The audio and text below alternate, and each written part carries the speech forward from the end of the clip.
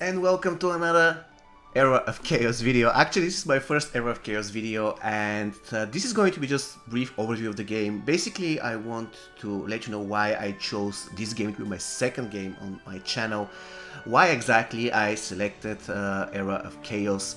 Now, there is one big reason. When I was a child, there was a game that was larger than life for me. This game was Heroes of Might and Magic 3. I absolutely adore this game. I still do. I still play this game. When I was young, I also even attended tournaments. I was really good at this game and I really loved it. That was the most important thing. And once I realized that Ubisoft has released Era of Chaos, which is based on Heroes of Might and Magic on mobile devices, I was like, okay, this is my game.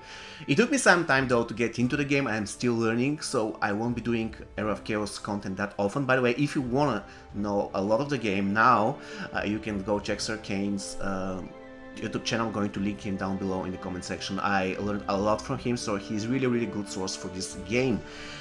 So when it comes to the game itself, there's another thing that I really like about it, and this thing is that the developers, I feel that developers care about you. If they mess something up, even if it's a small thing, they're going to compensate you all the time. When they're doing updates, in most of the cases, that almost never affects you. I mean, the worst thing that can happen is that you can be kicked off and then you can immediately relog, and they always compensate you. And recently there was some kind of an issue with here with the altar, some kind of a countdown issue, I don't know, because it didn't affect me at all, and they compensated us with 2 SSR characters. We're going to get to that later, what is an SSR character, but basically this is the most expensive thing that you can get in a game, and basically 2 SSR characters go for $50 to $100, so you got compensation worth $50 to $100. That's really nice, especially considering the fact that me personally, this bug didn't affect me at all.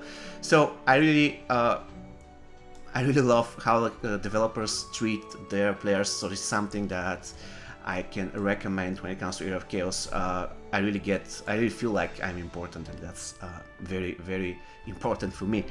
Anyways, when it comes to the game itself, this is going to be very brief, introduction of the game. Basically, you have a lot of game modes in this game, a lot. There's PvE, there's PvP. Most of the cases it's just your team, it's controlled by AI, you're facing other team that's controlled by AI, but of course there's a lot of decision making, especially when it comes to building your team. And basically how the game works, you have a hero, for example this one, and you have your 8 characters so that you can build a team. And of course we have tanks, you see in the front row with this icon. We have fighters, they should be like 99% of the cases behind the tanks, and you have casters and archers as well. I don't have any archer here, but let me show you how they look like. For example, this one is an archer, you see the icon? This one is an archer. Basically, they have similar purpose compared to the casters, not exactly the same, but similar. Yeah, basically, when it comes to the units, they are divided into R units, so these are extremely easy to obtain. For example, the pikeman is an R unit, and you can easily max him out. You see he's 5 stars, but he's going to get to 6 stars later. I'm going to get into details about the stars, about the talent, about the skills in further videos. Now it's just a brief introduction to the game. And you can see he's an offense unit R, so that means he's not really that rare, even though R stands for rare. When it comes to the next tier units, this is the SR, so it's super rare, and they're a lot more difficult to obtain.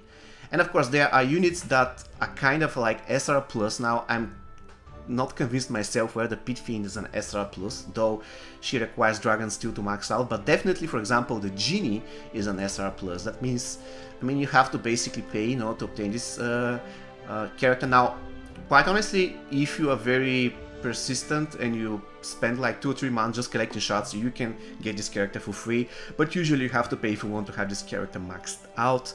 And of course we have the SR units, for example, like the Paladin.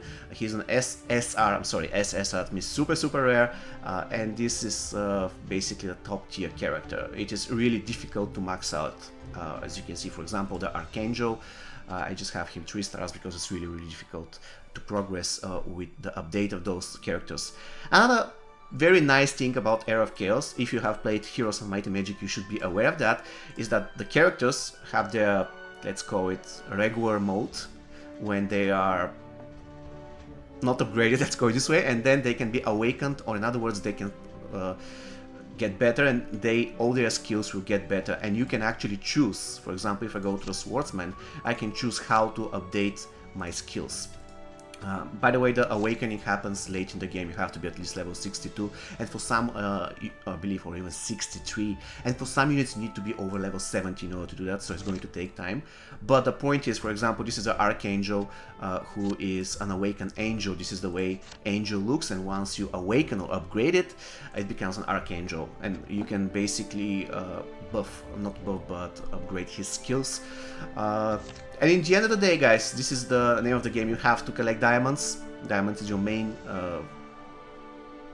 currency in the game, and you have to collect them and upgrade your SSR units depending on the hero that you have chosen, depending on your formation. When it comes to the heroes, guys, now I'm going to use this opportunity to talk about the game being free to play or pay to win. Basically, if you spend a lot of money, you're going to be top tier and top 10. If you don't spend a lot of money, you can achieve top 20 if you know what you're doing, and if you focus on specific character, specific formation, then you can be top 20. I've even seen for a brief period of time a character, not a character, but a human being who was a VIP 2, and he was on 9th position for a while, but then he went back. Basically I talked about the units. Now I'm going to talk about the heroes. You can see the heroes here. Some of those heroes you can obtain free to play. For example, this one, Jedi is one of the best free to play characters. Some of them, though, you have to pay for them. Usually we're talking about faction leaders such as Astro, for example. He needs to be purchased, and he goes for about $100 if you want to purchase him. There are some discounts, but the cheapest I've seen him is for $80. But once purchased, this hero is absolutely unstoppable. Anyways, for example, also Zerat is a character that can be purchased. I mean, he's also a faction leader. So basically this is it. You have heroes. Those heroes have abilities. You have units. Those units come in different tiers. You have to assemble your formation and be successful in any of the game modes. Basically, this is the name of the game. Another thing that I have to mention, guys, is in the beginning, if you're just testing the game, it doesn't matter on which server you're playing. I mean, you can join any server, just play the game for like 1 week, just to test it out and understand the game modes. But if you want to be serious and be successful, for example, let's go to the arena. And if you want to be high in the arena, currently I am 6th, even though I can beat this guy, but I cannot beat this guy. So I'm 6th. But if you want to be like in top 10 arena, even if you're free to play, your best chance is to start on a brand new server. By the way, this is the only issue with the game that I have so far. And this issue is that currently the server has its own limitations, that's what I heard. And with time, the players get less and less on this server. And they said that at some point they'll start merging servers, but so far they haven't figured a way how to do it. So for now, our server is fine. And by the way, I'm playing on 62, so the server is pretty good. Still a lot of active players there, but I don't know what's going to happen in 1 year. So if the server is getting less and less filled with active players, they're going to merge the server eventually, but so far they haven't done so. So this is the only concern I have with the game. So probably they're going to fix this eventual issue in the future. Okay guys, once again, this was a brief overview of the game. There's another thing that I want to mention that it is important. Basically, it's not type of a game that you have to log in like all the time and do certain stuff. And probably if you like such type of games, this is the game for you, because when I play the game, I do most of the stuff in the morning. It takes me like 30 minutes, then I log in like 2 or 3 times more for like another 10 minutes, and that's it. So it doesn't require you logging in every 5 minutes to do certain stuff. You can do everything in the morning or in the afternoon, on the noon for like 30 or 1 hour, and then you're good. I mean, you can log in whenever you want. But if you actually are asking for a game where you can log in like every 5 minutes to do something, I mean, if you schedule the things you have to do daily, you can still do it, no problems. But in general, if you don't want to be bothered with every 5 minutes something popping up, this is the best game for you.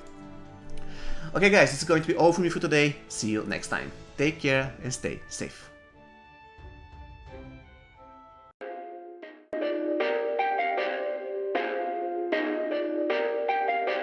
Perfect.